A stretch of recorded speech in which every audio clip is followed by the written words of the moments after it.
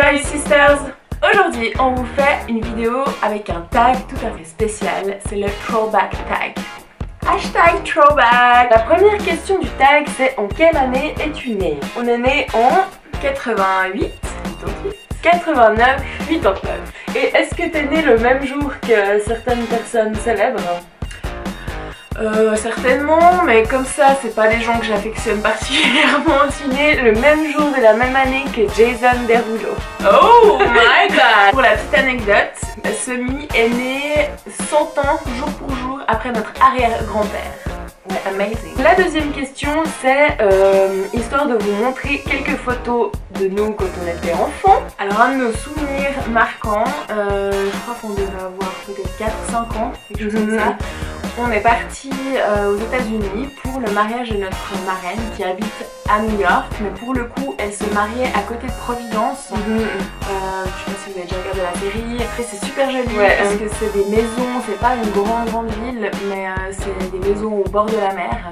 Et vraiment comme dans les séries où la personne qui est avec nous c'est François, un ami de la famille qui est toujours notre ami actuellement, qui était là aussi. Ça c'est un dossier. Je me trouve en fait sur l'île de la Liberté, donc Liberty Island. Et à l'époque, donc il y avait encore les tours jumelles, ma mère avait absolument insisté pour qu'on prenne la pause sur une rambarde devant les tours. Je pense qu'au final c'était une bonne chose. Mon style vraiment, rien à dire, c'est un peu pitoyable. Pour la petite anecdote, j'avais harcelé ma mère pour qu'elle m'achète cette veste orange. Déjà à l'époque. Statement piece. Ouais. Sur cette photo, je suis à la plage dans notre ville pour l'anniversaire d'une copine. La maman avait organisé un truc avec un fil et des bonbons étaient accrochés. On devait les attraper avec notre bouche sans les voir. Ça a été un très bon souvenir. Je m'étais dit que c'était vraiment un jeu génialissime à proposer à des enfants. Et j'étais toujours jalouse des gens qui avaient leur anniversaire en plein été parce qu'ils pouvaient faire pendant les vacances et faire des trucs cool. Quand on était petite, un temps on habitait dans des immeubles, dans un grand quartier. Après on a déménagé dans une maison juste en dessous du quartier La Villette. Par contre on n'avait pas accès au jardin. Du coup la propriétaire de la maison d'à côté m'avait légué un bout de son jardin pour que je puisse faire du jardinage. Et elle m'avait donné en fait des graines de tournesol que j'avais plantées sans grand espoir aucun final. Il y a 2 tournesols qui ont poussé, dont un qui a atteint la hauteur de 4 mètres... plus de 4 mètres. Plus de 4 mètres. Notre père qui avait contacté le Gazette du village, dans le Nord-Vaudois, le journal régional, et on avait eu droit à un article. Et suite à ça, on a apparu à la météo de la chaîne nationale suisse pour imager leur page météo. C'est assez beau. Cette dernière photo représente un petit peu notre passion qui est toujours vivante aujourd'hui, exactement, parce qu'elle a été prise pendant un de nos photoshoots. On organisait déjà à l'époque des après-midi photoshoots où on faisait des looks, etc. On avait même créé dans ma chambre une sorte de cabine d'essayage. Quelle série télé avez-vous grandi avec? La principale série télé, je dirais que c'est forcément Alerte à Malibu. On a certainement explosé les records de visionnage, puisqu'on les enregistrait, parce qu'on n'avait pas tellement le droit de regarder la télévision en temps réel. Du coup, on enregistrait les épisodes et ensuite on les re-regardait, mais genre 15 fois, et on connaissait totalement les dialogues par cœur. La fête à la maison.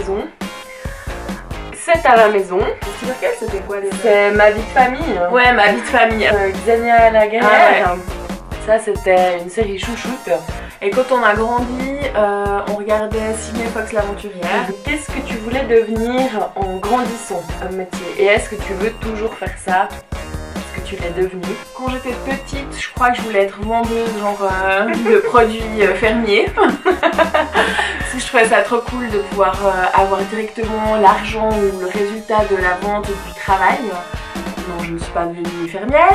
Et plus tard, après, j'ai voulu faire maîtresse d'école, mais bon, en Suisse, il fallait l'allemand, donc j'ai vite abandonné cette idée. Moi, quand j'étais petite, je pensais sincèrement qu'on aurait pu devenir chanteuse. On passait notre temps à recréer des scènes de vie, genre des Spice Girls.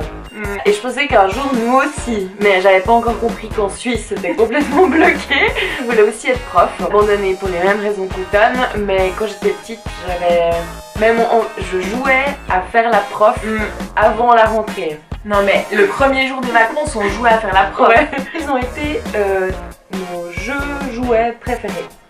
Les Barbies. Aucun doute. Ouais, mais juste avant ça, on avait des poupées, dont Automne avait des poupées très intéressantes. Oui, j'avais 2 poupées, et ils s'appelaient Philippe et Nicolas. Je sais pas pourquoi, c'était des garçons, bref. Et Philippe, un jour, oui, parce que Nicolas il avait pas de cheveux, il était en plastique. Et Philippe, lui, il avait des cheveux blonds, et il avait déjà un corps tout en plastique, donc je le prenais avec moi dans le bain. En sortant du bain, j'ai voulu lui sécher les cheveux, sauf que j'ai collé le sèche-cheveux à ses cheveux en plastique. Du coup, tout a pris fait, à savoir qu'à l'époque, maman, je sais pas si c'est encore faisable, mais à l'époque, le magasin Franz Karl Weber, qui est un magasin de jouets, je crois suisse, avait un hôpital des jouets où on pouvait envoyer nos poupées, etc. Et du coup, ma mère, c'est ce qu'elle avait fait et lui avait remis les cheveux. Tout ce que j'adorais, c'est que tous les ans, je leur fêtais leur anniversaire avec une tresse russe. Vos vacances, les favorites et les plus détestées. Vacances préférées, je pense que c'est celle au Mexique, qui est partie 2 semaines. Et aussi nos trips au Maroc. C'était vraiment super. On a pris une 4L et on faisait des tours dans plusieurs villes. Et les pires, c'était la fois où nos parents nous ont inscrits à un camp itinérant avec des ânes. Donc au début on était ouais des ânes, mais en fait juste qu'on a compris que les ânes servaient uniquement à transporter les bagages et que nous on marchait de ville en ville à travers la forêt ou dans les champs et qu'on n'avait jamais aucune interaction avec les ânes, donc c'était juste un camp itinérant. C'était vraiment pourri. C'est un camp mixte. Et pour la petite anecdote, j'en ai beaucoup sur cette vidéo. Moi un jour j'ai voulu aller faire pipi et impossible, les garçons me regardaient, du coup j'osais pas me mettre toute nue dans la nature. Donc pendant la nuit, je me suis fait pipi dessus dans mon sac de couchage. Chanson que tu aimais quand tu étais petite. Alors moi j'ai pensé en fait on avait chacune une chanson, une comptine pour s'endormir que nos parents chantaient. Moi c'était un truc du genre marionnette. C'était laquelle? La mienne c'était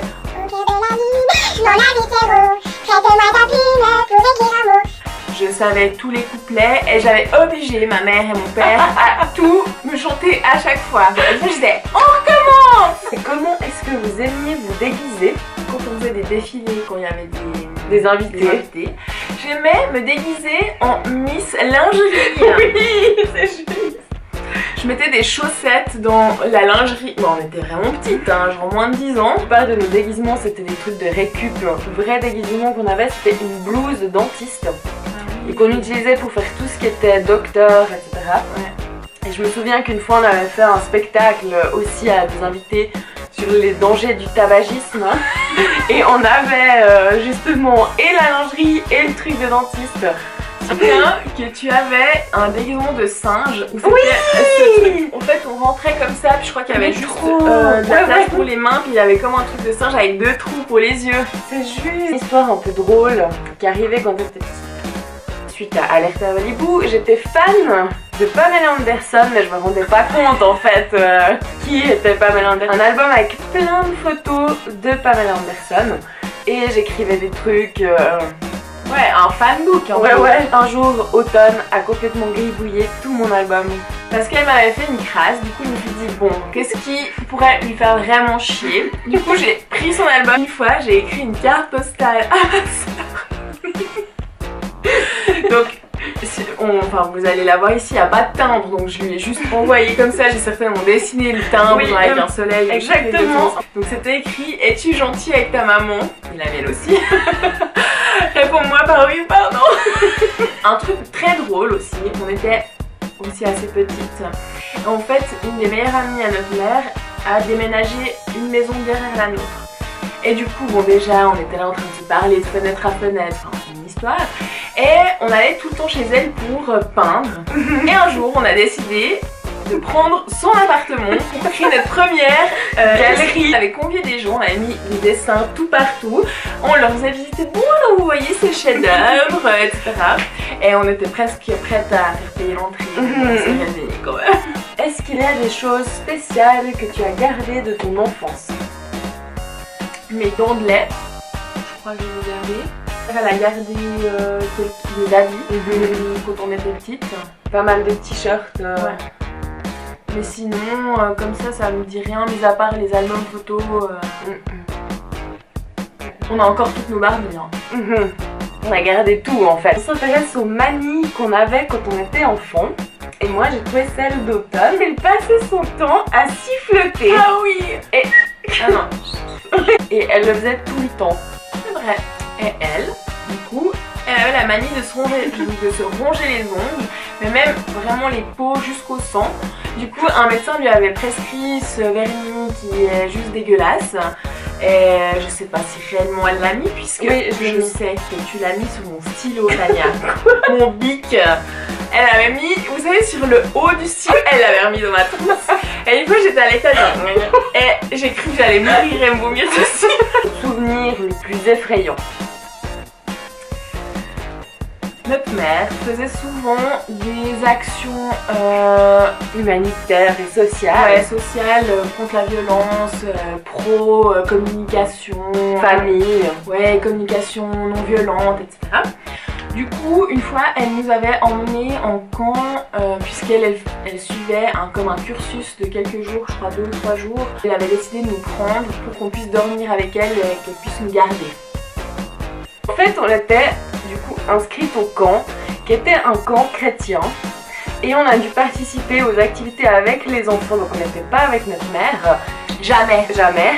Et on a dû faire parmi plein d'activités un espèce de rassemblement.